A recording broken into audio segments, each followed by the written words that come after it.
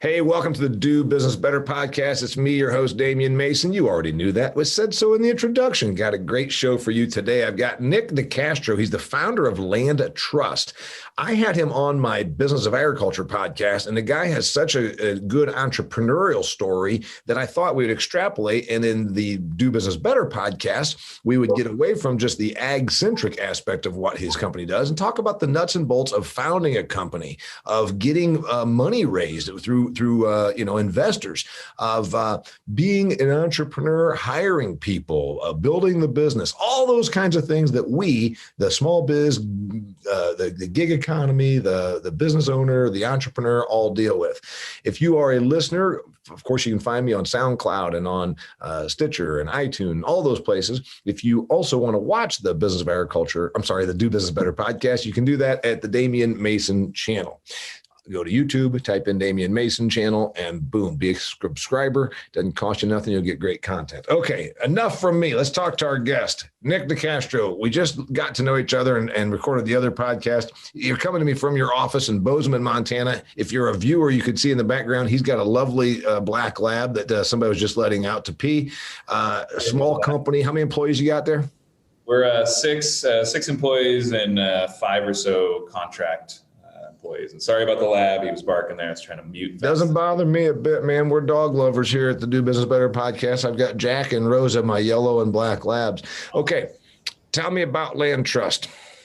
Yeah, LandTrust, super. The one-liner is we're a lot like Airbnb, but for hunting and fishing on private lands across the U.S. So we're a marketplace that connects private landowners, often they're producers, so hence the agricultural connection here, with sportsmen who are willing to pay to come out and enjoy the resources that they steward on a daily basis. Yeah. So as you said, imagine Airbnb. You want to go, and I always thought it was crazy. I still don't want to do it. I don't want to go and sleep in somebody's guest room. I was raised with the youngest of 9 kids, so 11 people in an old farmhouse. My share tickets got used up early on in life. I have to tell everybody that. Yeah, I'm done with my share coupons. But it's kind of like the Airbnb thing. So I'm a outdoors person. I want to go hunting and fishing with my children, and I live in Denver or Dallas or wherever. And I say, boy, how can I find a place? I don't want to just go out to the public land. It's always overrun with people. I want a place that's just me. I go to LandTrust, and there I do what? You search by, if you wanted, hey, I want to go hunt Montana and have that experience with my kids and my friends. You go search Montana and you see all the different places there. You find one that you like, you make an inquiry with the landowner, and you take off from there. So it's you can almost think about it as digital door knocking from the comfort of your own home. All right. A digital what? Digital door knocking, because door knocking is how it used to happen. And we've just made it a lot easier. And 100% of the landowners who list with us want to have you out. All right. All right. So you explained the business, and if you want more, dear listener or viewer, go check this out on my Business of Agriculture podcast about the actual nuts and bolts of being a farm owner and all that. But let's talk about the business and the entrepreneurial side. So Nic, you're a young guy. You were in sales. Tell us a little bit about that, and then starting this venture. Absolutely. So all the way back, started my working life in my teens. I always loved to work. I like to work a lot more than school. I like making money for my time, which led me to sales.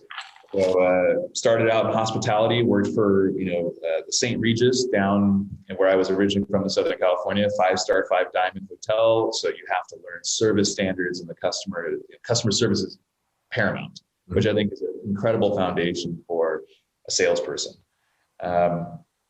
So did that, went to school in Boston, then after school, went straight into sales in New York City, and I was working in advertising and marketing technology companies. So I've pretty much always been a startup person. I've never worked at a large organization. I think the largest organization that I worked at was 100 people maybe, and that felt big.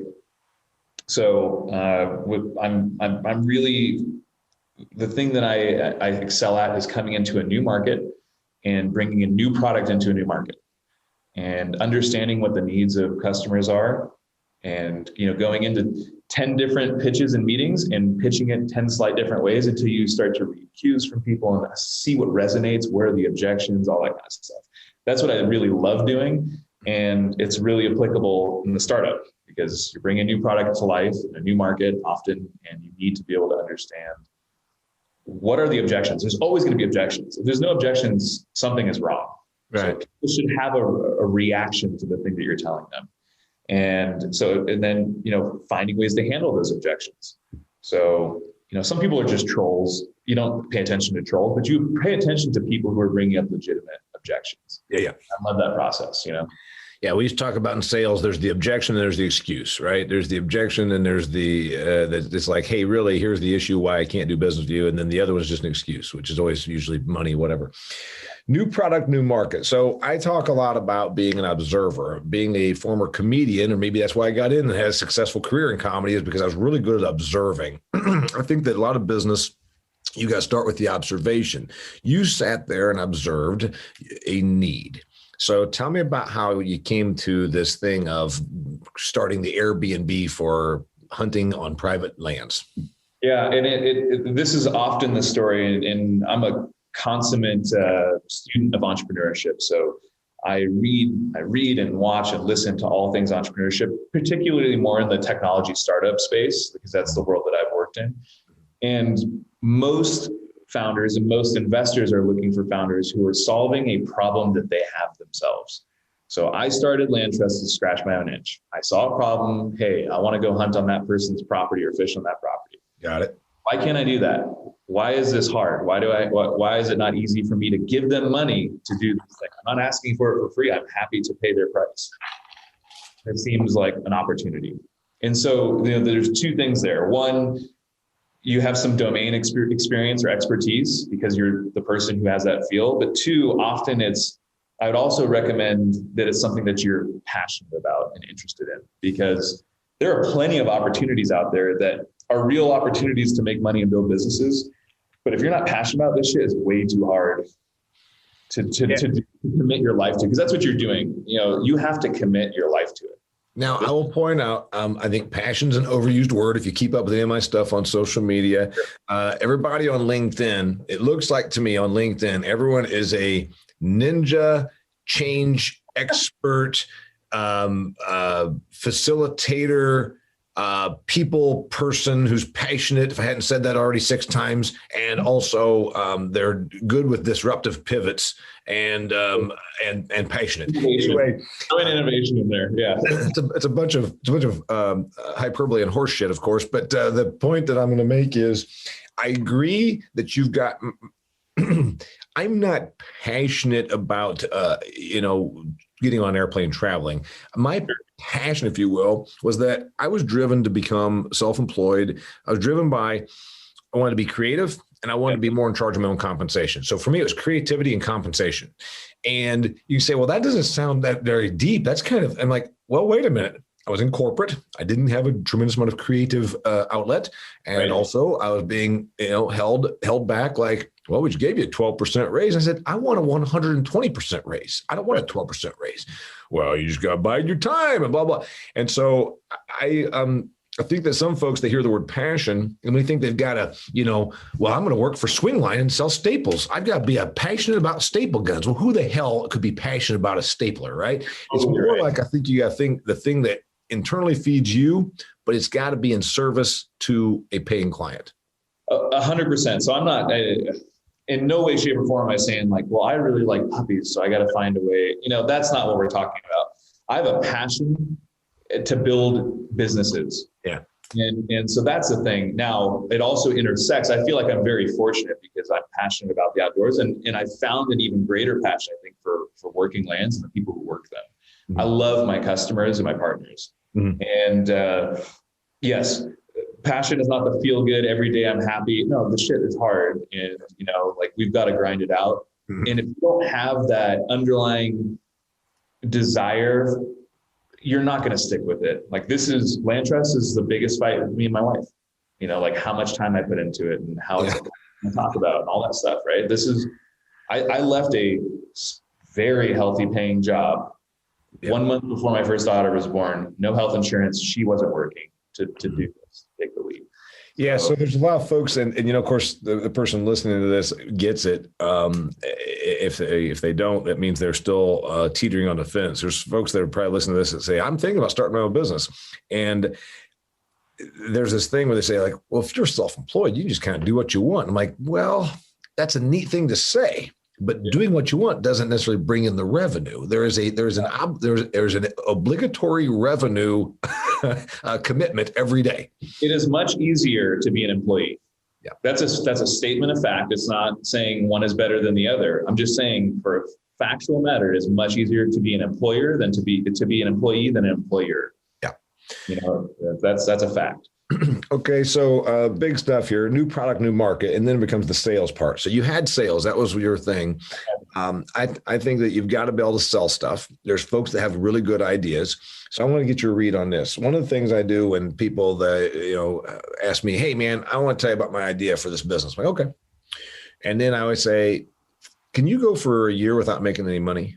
"Yeah, but I got to tell you about my idea." I'm like, "Can you go for a year without making any money?" And there's folks that really, I'm not in any way being mean. I'm just saying you might very likely have to go for a year without making any money. And during that time, you might take every nickel you have and put into this thing. Yes. And that's where a lot of folks, I don't think they get it, that you're all in. It's kind of like the thing in poker. Every ounce for 27 years, when people are like, "Well, I don't know if I want to do that. I mean, this is, I had to put my own money into it." I'm like, every day for 27 years, I've been all in because it's all my own thing. Kind of the same thing for you? Yes. And I've had conversations with friends who, look, this whole idea of side hustle, like, that's fine, I think, for a services oriented business. And if you're freelancing and stuff, but I think to found a company and really, let's say the right word, let's will a company into existence, because that's what it is, grit and will. There is no part-timing. My first, company that I founded 10 years ago, I tried to do like, I'm going to make my money and be comfortable, and I'm going to do this thing on the side. And like, look, a lot of things start that way, but there has to be a burning of the ships moment. You got to burn the ships at the shore at some point and marry yourself to this thing. Now, it's important. Wait a minute. You just used a sort of what do they call it? A metaphor, analogy, whatever that thing is. Explain what that means. Because, by the way, I agree with you 100%. I quit my job in 1994 to pursue political comedy. And I remember one of my corporate friends said, "Why don't you just do both?" And I said, "I don't know that I can. And he said, "Yeah, huh?" It'd be average at both. Right. And I said, no, I'm going to go full tilt on this. He said, "Well, that seems like kind of like, Yes. you're not giving yourself a safety net."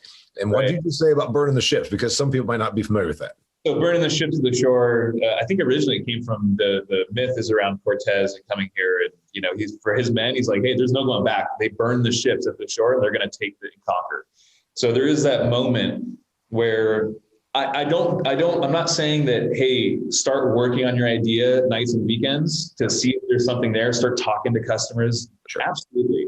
Yeah. But there is a moment where you need to say, "You know what? I have enough conviction in this thing, and I'm going to hate myself if I don't try it." Yeah. Teddy Roosevelt had a phenomenal, one of his best speeches ever was "The Man in the Arena." The paraphrasing of "The Man in the Arena" is, "I'd rather be the man in the arena. Even if I failed striving." And the people outside, the cynics, they're weak. Yep. And so I'd rather be the man. Like, look, if LandTrust doesn't work, I know that I gave everything. I laid it all out on the table and it just didn't work. Rather than sitting when I'm 50 years old and being like, "Shit, I should have tried LandTrust." Can you imagine being 50 years old? Okay, yes. Talking to a guy that's turning 52 this summer, and have been on my own since I was 25. So here's the thing. I agree wholeheartedly that it's fine to be tentative about it while you're doing your research, but all that. But there comes a time where it's to burn the ships, like you said, burn the ships on the shore and make this thing go. I've got an idea, and I want your thoughts on this. If you give yourself way too many different paths, well, we might do this, might do this, you're committed to none. The car can really only go full speed in one direction. And I say the same thing about backup plans. It's always nice to say, "Well, I've got this backup plan." Well, if you give yourself a backup plan, then you're never really as committed as you should be to the one in front of you. Yes. No safety nets. I operate with no safety net. And it means you really got to fucking figure it out. Remember a lot of curse on your podcast, but that's all right. These people are going to have to deal with it. Answer me this: business plans. I always say, if you want to borrow money, you need a business plan because banks love them. Banks also haven't really changed a whole hell of a lot. Since the ATM and the drive-through window, they haven't had a whole lot of innovation. I don't have a business plan. I would say that if I needed to get investor money, I would maybe have to have one like you probably did. What do you think about business plans? Okay, so I went to business school, right? Graduated with a 2.3 GPA. So let's take that as you will. I think now as an operator, I encourage people. So you're in more of a you're kind of in a service oriented business, and you can make the beauty of service oriented business is you can make money day one. Like if you said, hey, I want to have a podcast, and you go sell a sponsor, you can make money that day, which service businesses are cool because it depends on how good you are at selling. I'm in a product business, which is a little frustrating for a sales guy because you have to build this thing before people can use it. Right. And then of course, selling is important. So I preface that I think it's very important, regardless if you're going into a service business or a product-oriented business or a technology company. The process of building a pitch deck, for startups, we call them pitch decks for investors, I think is incredibly useful, regardless of whether you want to raise money or not. I think it's an incredibly useful exercise to sit down and think concisely about who you are, what you're doing, what the opportunity is, and how you're generally thinking about it. And investors, we've raised $2.2 million to date, and that's over the last 2 years, not even quite 2 years. And I'm not saying that in any sort of like way of bragging or anything. I'm just giving context. Right. What we found is that your business plan. One thing that's guaranteed is a business plan is wrong, for sure. 100% of business plans are wrong. How they're wrong, you're not really quite sure. Yeah.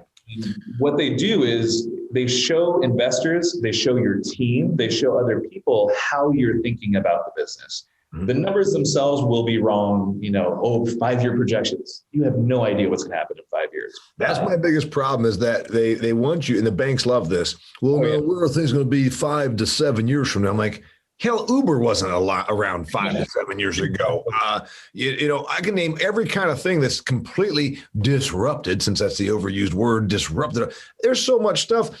5 years from now? I mean, come on. There's too much to it. So yeah, you're right about that. You had to prepare this to get investors. Let's talk about that, Nick. Some of our people out here are saying, wait, man, this guy went and got funded. Tell us real quickly how that works. Sure. So you start with the deck. Some people don't raise with the deck. I think it's a useful thing to have. As a sales guy, I didn't used to like pitching with the deck, but it's kind of it's kind of table stakes for fundraising from a technology startup perspective. So, and it should be 10-ish slides, not long. If you come with a 50 slide deck, they're going to like, what are you doing here? Yeah. So, that's the first piece, and it really forces you to organize your thoughts. And I think that's the really important thing. And then you go and you knock on enough, you send enough emails and make enough phone calls to set up meetings with, in the beginning, before you have a company, anybody who will talk to you. So these are called angels, generally speaking. Yep. Capital at that point. So how do you find those people? So all of a sudden, like, did you just start asking a few of your rich friends, like, hey, you're a rich guy. Do you know somebody that has money that would like to invest in my pseudo tech company? Sure. Yeah. So I worked in technology for the past decade or so. So I have some connections to investors that way, but there are angel investing groups. So Frontier Angels here in Bozeman, they're an angel investing group. And they've invested in us, so that you can go and find these groups of angels that they self-organize, and you can pitch them. And then it could literally be meeting people. Hey, this is what I'm building. You should be constantly talking about your company. And I know that sounds like, as a founder, you're willing something into existence. Yeah. And if you're not eat, sleep, breathing it, I'm sorry, it's probably just not going to happen.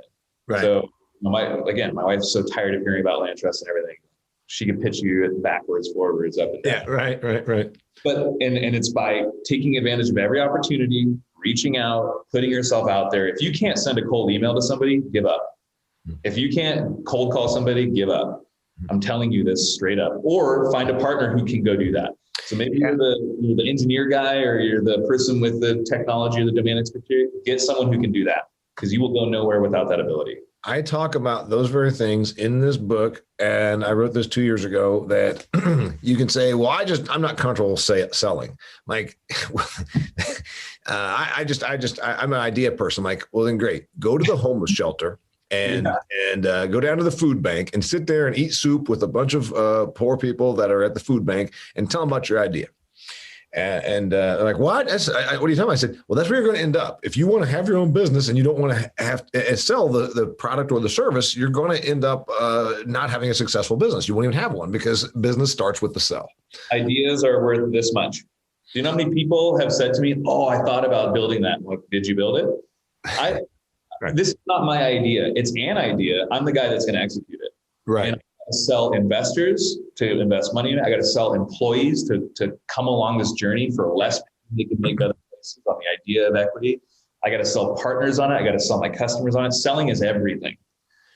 Yeah, I agree with that. So goals. I feel a little bit befuddled that the whole pandemic changing things and had me sort of in a funk. I usually every year at Christmas time set my goals. And I do them in business, personal, and financial. Sure. And this year, I didn't get them done until I got on an airplane in February, because I was just a little off, because everything got so screwed up. I was a little off, and it dawned on me, I'm like, well, you should still really start thinking about what things you want to accomplish this year. Do you set goals? Oh yeah, definitely. From a business perspective, you have to. So now, once you take investment, quick little aside, it's not your company. So kind of going back to that Cortez thing, raising money, it seems cool, and it is cool, and it's gas. It's gas to get to where you're going, but it's a little bit like you're an explorer. You're Columbus, and you're pitching the king on like, hey, I think I can go find this place. There's a lot of risk on the side of it. Fund me. You know, that king owns the boats. You're the captain for now if you do a good job. Yeah. So I think that's an important thing to note. Like, I am entrusted with my investors' money to steward it and grow this business and produce a return. If I don't do that well, I could be gone. And that's just the way this business works. So tell me, sorry, I wanted to get that point out across. Goals. I set them in business, personal, financial, just because that seems to be the things for me. If everything falls into one of those three categories, you set goals. Yep. So that, and the reason I brought that first point up is we have to have goals. We have a board of directors now, and like there needs to be goals. We have financial goals, we've got growth goals, all that kind of stuff. That's a must have. Of course, personally, absolutely. I think it's important. You know, what's the end in mind? Our current board member, who was a CEO I worked for at the last company I worked at, fantastic leader. He always kind of drilled into me, what's the end in mind? What are we trying to achieve here? And then we work our way back. Yeah. The current. Yeah, I like that. By the way, I say that a lot. Also, I talk about the idea that you've got people that are all about process, and corporations are filled with these folks. It's like all they can obsess over is a process. And I'm more of a purpose. I'm more of a what the hell are we trying to get here? My wife and I have been together for a long time, and she's like, you know what? You work pretty smart in that you're always like, what are we trying to do? What are we trying to get to? What's the end goal here? And the process part of it, that's where my worst part is, frankly. So yeah, I think that's important. What about you? Process, purpose. I say there's 5 P's: process, purpose, product, promotion, profit. Those are the 5 P's, I think, of the personality matrix. Which one are you? I like purpose, and I haven't read those are the headlines. I haven't read the subtext of them. Well, let's just talk about, purpose, obviously, it's out there. And then process, that's the people that love to make the diaper line run just a little bit faster so they can crank out one more diaper per hour at the Kimberly-Clark factory. People, of course. People think that I'm a great people person. The truth is I'm kind of an introvert, and I'm disgusted by a lot of humanity. So I'm not a great people person. Promotion, probably my thing. Product. is one of the P's, of course. You're a product guy because you every day look at what LandTrust does. Promotion, of course, I think is paramount, and then profit, meaning what's your money mind like? And I'd say that I'm probably a product, promotion, and profit-minded person. Process and people are my absolute weaknesses. In fact, I don't even like to do process or people. What about you? Yeah, I like people, profit, promotion, product. And here's the thing: as I build this company, find out what you're really good at, and it just like without working 3 jobs and trying to do something. You focus all your energy on the thing that you're really good at and be very good at it rather than do 6 things sort of well. That's not interesting to anybody. So I've been very fortunate to attract people to work with me who are very good at those other things that I'm not good at. I'm good at selling. And that's, kind of like whether it be selling a vision to investors, to a team, to the market, like that's what I'm good at. And I need to focus my energies there and become very good at it and have other very good people who fill in those other gaps around me. Answer me this. We've all made mistakes. In your 2 years with this company, you got a mistake that you've made and learned from? Yes. It went into, and this is something that is, I think, important to talk about with, especially folks who want to start businesses, is with an old co-founder and a good friend of mine. And we didn't set expectations up front from an equity, from that kind of perspective, and just worked on it on the side, which again, I think is fine until you get to a place where you really have your conviction. And that, because I didn't have tough conversations right when they should have been had, it was a poor outcome. We separated ways, and that was not an ideal outcome. It was the right decision for the business and at that time. But if I had made decisions differently earlier and having uncomfortable, I've had many of these experiences and talked to people who have, they avoid difficult conversations and it only gets worse. Mm-hmm. The difficult conversations today, when I notice like, ooh, you said that one thing, or you have this perception and I don't have that perception, we should address that right now. And if you let it go, and anyone who's been in a relationship knows this, address it and then move on and make sure expectations and both people are aligned. So know that starting businesses, especially with friends or family, or a lot of the people you end up trying to start a business with, just the nature of how these things work. You need to have very clear upfront expectations, role definitions, compensation conversations right away. And if there's any if you're not aligned, you have the conversation right then, not 6 months from now. Yeah. Yeah. So that's good. It's a good mistake. Then it brings me to the other thing. That's a piece of advice. So the small biz, the person that's out here listening to this saying, what other piece of advice? So that was kind of a piece of advice. You got another piece of advice based on your either things you've done right or things you've done wrong or lessons you've learned? I would say be sure you want to do the thing that you're thinking about. Yeah. Be real sure. Because again, you get to work, you get to be your own boss. That's a burden. Yeah, right. Boss it removes responsibility. The 100% of the responsibility is on you to produce. And there's a lot there. Well, Nick, they say that whole thing about, 50% of businesses fail within 5 years. I'm like, I'm not sure that's even true, but let's just say that I think the more accurate thing is sometimes it's not failure. It's just give up. Like, hey, man, I'm not sure this is for me. So it's not like saying, oh, you're a failure. Sometimes people are like, hey, I tried this thing. Screw it, man. I'm going to go back to my, I think that's about it, but I got one last question for you. Sure.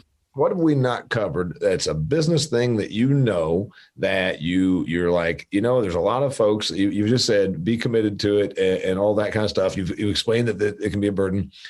What about the joy? What about the part that maybe because you've done it, that you see other people? What is that? Where's that?